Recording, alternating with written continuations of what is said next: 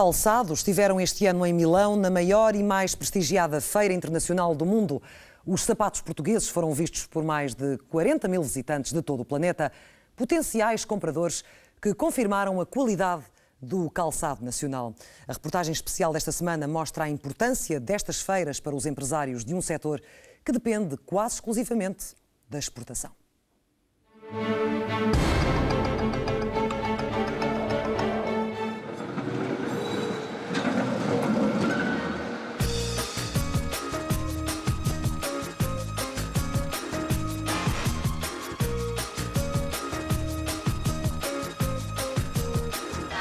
Milão veste-se de moda e design e agora calça-se com sapatos portugueses.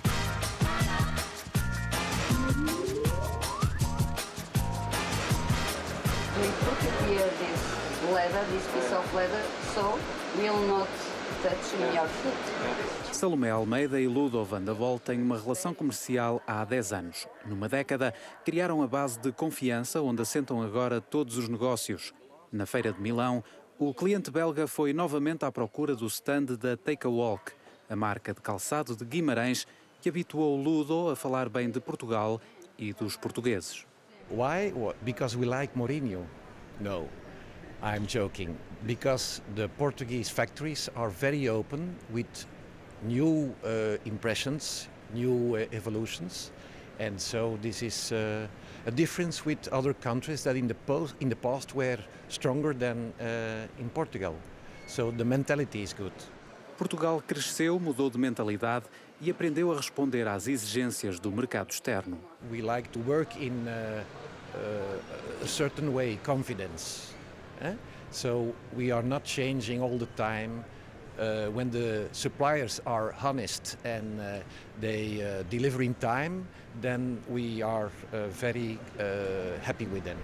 Para quem gosta de portugueses e de sapatos portugueses, a MICAM, a Feira de Calçado de Milão, é destino obrigatório.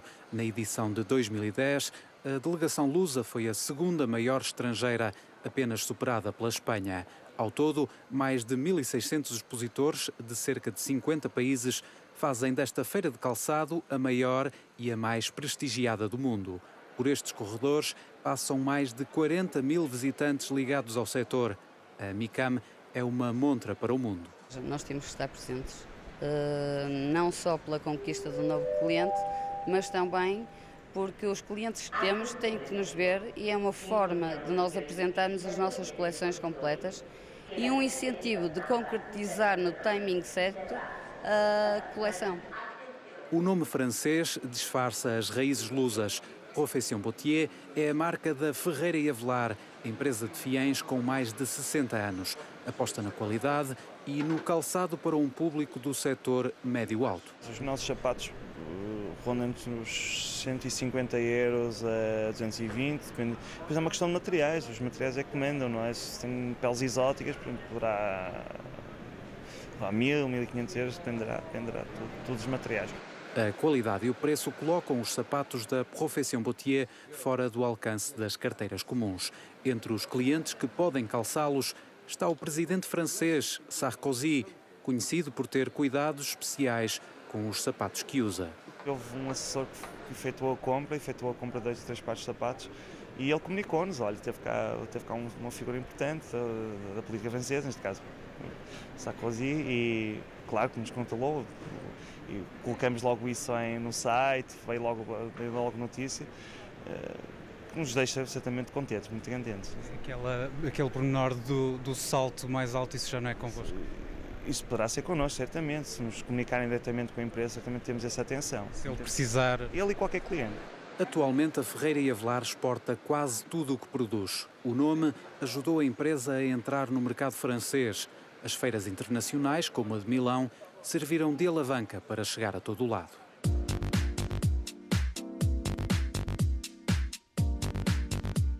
Portugal avançou em 2010 com uma nova imagem para vender os seus sapatos no mundo. Todos os anos exporta 70 milhões de pares, marca presença em pelo menos 80 feiras internacionais e investe 9 milhões de euros na promoção externa. A indústria portuguesa de calçado exporta sensivelmente 96% da sua produção pelo que a promoção comercial externa é a sua grande prioridade. O ano de 2010 começou com uma quebra das exportações de 16%. Ainda assim, desde janeiro, o calçado já exportou 623 milhões de euros, menos 0,9% do que em 2009. Mas a tendência de queda está a inverter e a Micam acabou mesmo por confirmar que o setor atravessa um bom momento. A carteira de encomendas está a engordar. Os sapatos portugueses vão continuar a caminhar por todo o mundo. Bem, essencialmente Europa, trabalhamos com Bélgica, com Holanda, com Dinamarca, Noruega, portanto a Escandinávia. E agora estão de volta os clientes da Inglaterra, que temporariamente durante 2, 3 anos estiveram à procura dos outros mercados para fornecer em virtude à moeda, que o euro estava forte. Tem voltado novamente clientes russos, por exemplo, países emergentes também, mesmo no caso da Líbano, o Japão, por exemplo, um outro cliente também, já temos relações com o Japão há muitos anos, mas tem aparecido novos clientes. Oh my God! Shh, Harry. Do you know what these are? We're not even supposed to be in here. Manolo Blahnik, Mary Jane's. I thought these were an urban shoe myth. Now, if you'll excuse me, I'll be pillaging the men's side. Oh, what?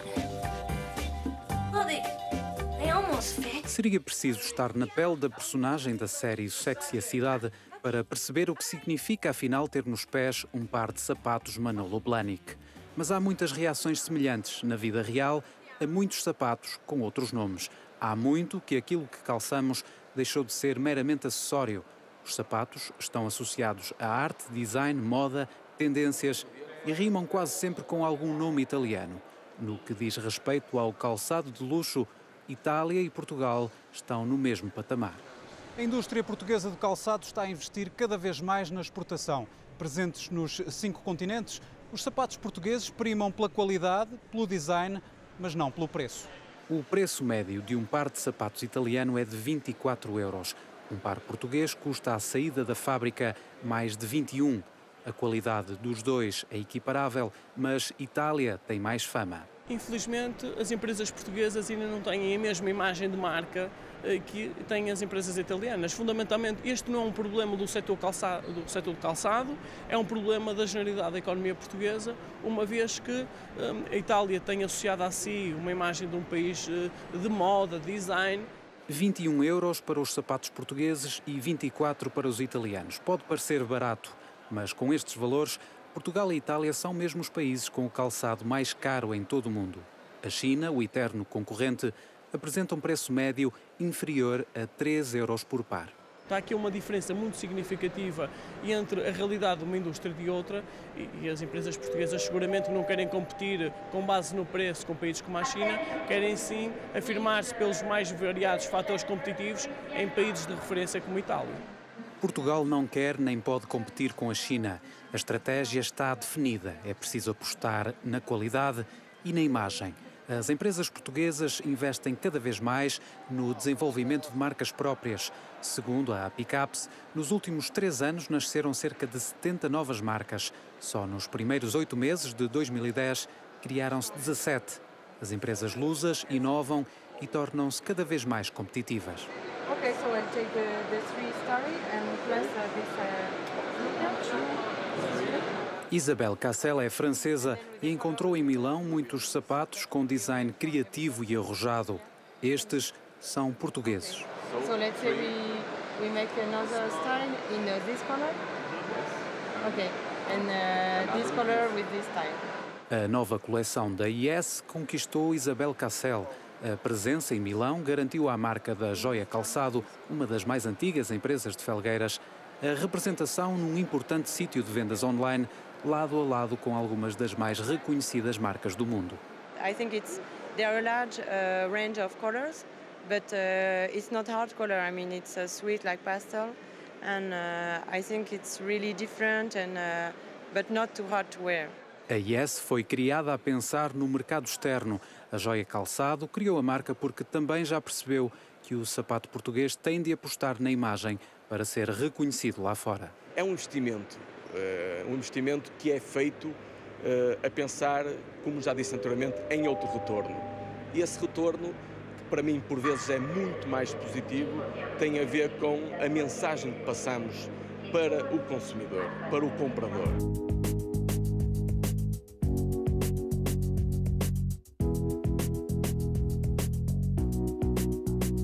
O calçado português está na moda. As pessoas continuam a procurar o que é Made in Portugal. Para além da aproximação geográfica que o nosso país tem com o mercado europeu, também é preciso associar a isso o saber fazer do calçado português. O sapato que agrada a tantos clientes estrangeiros não passa de uma amostra, não tem sequer um par. Foi criado na Joia Calçado, em Felgueiras, para aparecer em feiras internacionais. O modelo será depois replicado consoante as encomendas, desde a criação do esboço inicial, passando pela escolha dos materiais até à montagem do protótipo. Passam dias de trabalho. Este modelo nasceu para ser apresentado em Milão. O preço recomendado de venda ao público ronda os 120 € por par. É um sapato que se identifica muito com a nossa identidade, tem um estilo muito próprio, com cores ousadas, todavia comerciais, como não poderia deixar de ser, mas acima de tudo, qualidade, muita qualidade e muito conforto. Tal como a maioria das empresas portuguesas, a Joia Calçado depende quase exclusivamente do mercado externo. Se o produto não tivesse sucesso em Milão, poderiam estar em causa 142 postos de trabalho diretos e mais algumas centenas de empregos indiretos. No total, a indústria do calçado em Portugal é responsável por mais de 35 mil empregos. Muitas empresas gostariam até de contratar mais pessoal. Assim, de imediato, diria que é um problema ao momento instalado nesta indústria. Diria que, pelo menos para a costura, imediatamente poderíamos atingir mais 20 empregados. Temos que ver o que é que se passa e ver até que ponto é que conseguimos formar pessoas, mesmo que não estejam vocacionadas para a indústria de calçado, formá-las e conseguir motivá-las para trabalhar na nossa indústria. E é uma preocupação de todos nós em saber se realmente daqui a 10 anos vamos ter mão de obra especializada. Se as empresas cumprissem aquilo que a lei determina, bastava cumprirem os mínimos. Se cumprissem os mínimos e fossem cumpridoras, como os trabalhadores quando estão a trabalhar são e que lhes é exigido, não havia falta de mão de obra. O setor do calçado atravessa um bom momento, mas o futuro é incerto. Para além dos problemas com a mão de obra, há exemplos de insucesso que levantam pontos de interrogação.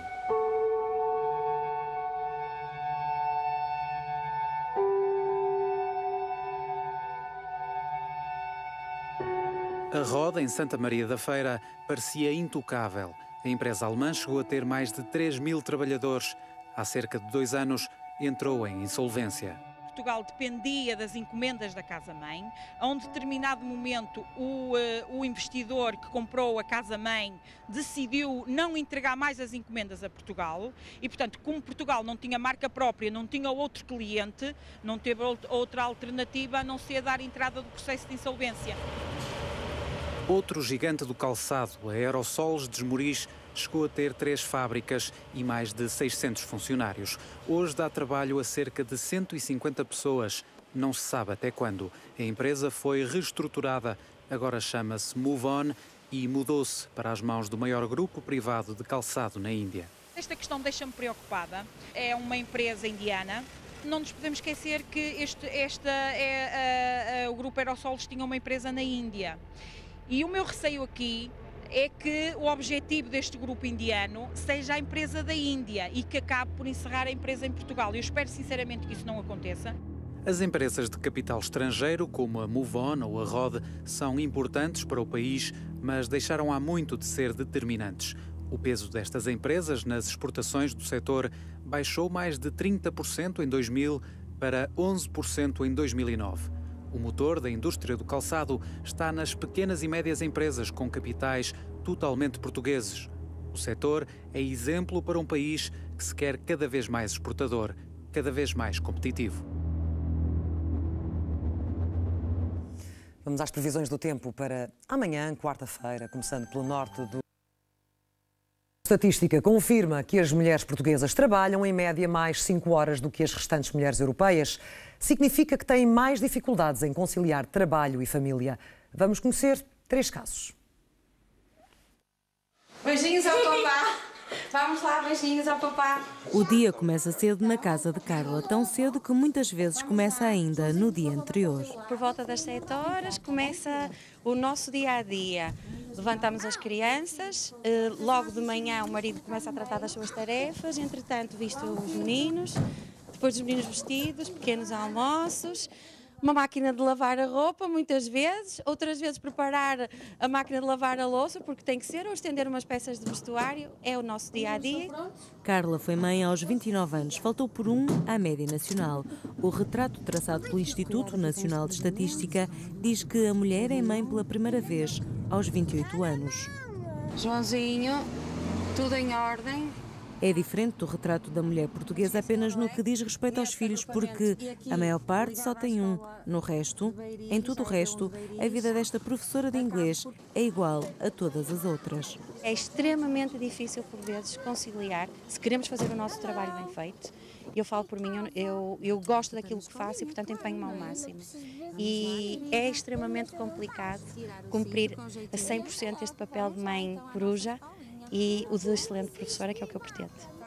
Na corrida diária de casa para a escola e da escola para casa, há ainda que levar os filhos à natação e ao futebol, sem esquecer as 36 horas semanais de trabalho. Estás preparado para logo à noite ao jogo de rugby? Estou. Da escola à casa não são mais de 5 minutos a pé. Os passos de Rita e Diogo são os mesmos dia após dia. Antes de ir trabalhar, esta empresária de 34 anos leva o filho às aulas. Acordamos por volta das 7h30, 8 horas, levo o Diogo à escola 8h45. Depois venho trabalhar para o escritório, vou visitar os clientes, depois jantamos e depois está na hora de dormir. Há 2 anos, Rita e o marido decidiram arriscar e criar uma empresa de comunicação e imagem. Em tempos de crise, 7 pessoas têm de chegar para todas as solicitações, o que na prática se traduz em muito trabalho. 15 horas por dia a trabalhar. Há dias que até passo mais, mas também porque tenho a ajuda exatamente dos meus sogros. Normalmente dão-me uma grande ajuda. O meu sogro vem buscar o meu filho à escola a maior parte das vezes. Ajuda o Diogo a fazer os trabalhos da escola. Muitas vezes levo o Diogo ao rugby. Depois a minha sogra normalmente tem o jantar todos os dias feito em casa. Rita trabalha de manhã, à tarde e à noite depois de deitar o filho. Trocou Cascais pelo Porto pela qualidade de vida, mas passa a vida a trabalhar, tal como todas as outras mulheres. O INE diz que, em média, cada portuguesa trabalha mais 5 horas por semana do que as outras europeias. 5 dias por semana, Márcia vai levar e buscar a filha à escola. Entre o balé, a música, o ATL e as outras atividades, Márcia tem de conciliar o trabalho como bancária com o de mãe coruja. Tinha 25 anos, aconteceu, não foi planeado, mas foi desejada a partir do primeiro minuto que soube que estava de bebê. Não foi nada planeado, aconteceu. Na altura estava a trabalhar, é isso? Na altura estava a trabalhar, tinha iniciado num banco, estava a trabalhar mais ou menos há 2 meses. O contrato era de 6 meses, por isso já não renovaram. Tem o 12º ano e mais habilitações que a mulher média portuguesa que só estudou até ao 9º. Chegou a trabalhar por conta própria, mas prefere ser bancária, apesar de andar sempre a correr. Sai de casa antes das 8 da manhã e só volta 10 horas depois. Às vezes gostava de poder ir, sei lá, a um cabeleireiro, ir fazer um tratamento de beleza. Pronto, não tenho tempo, não dá, mas também da maneira que estamos com a crise que há, não é? Não dá para isso, mas já me contentava em ter um bocadinho de tempo para ler. Márcia, Rita e Carla são apenas 3 entre milhares de mulheres. São donas de casa, mães e trabalhadoras. Nem sempre o equilíbrio é fácil e o dia só tem 24 horas. Mas, de uma forma ou de outra, conseguem sempre conciliar a vida profissional com a vida familiar.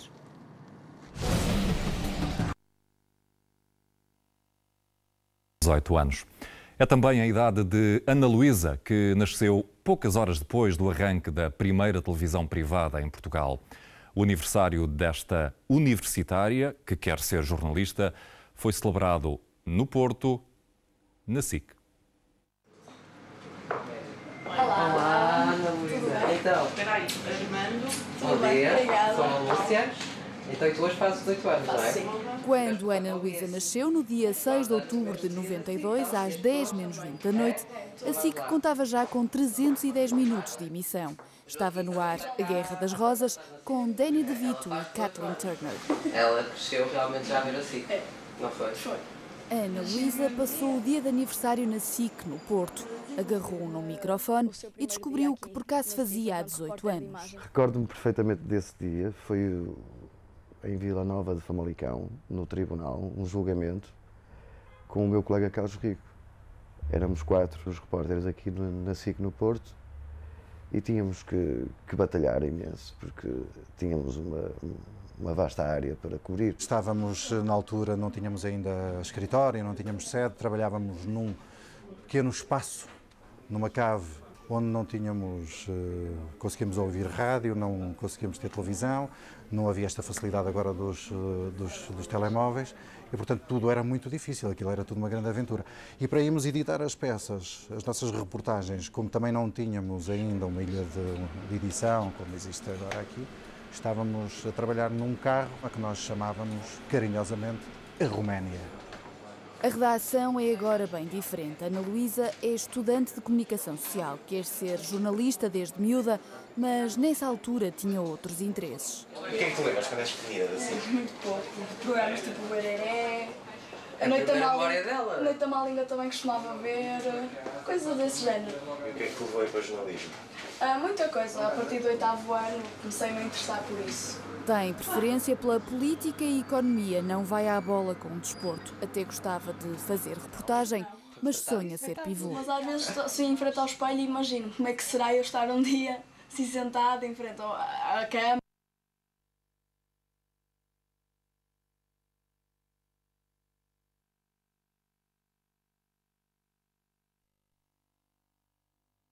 Da noite.